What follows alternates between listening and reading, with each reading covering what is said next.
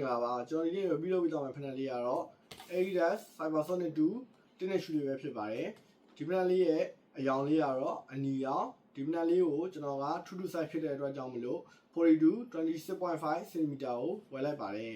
ဒီဖက်နယ်လေးက synthetic leather နဲ့ polyester သားနဲ့လေဝင်လေတော့ကောင်းတယ်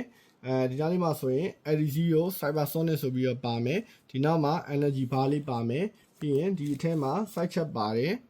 side check ပါမယ်ဒီမှာ Adidas logo နဲ့ပြီးရင်ဒီဘက်မှာ rubber အထင်းလေးတွေပါမယ်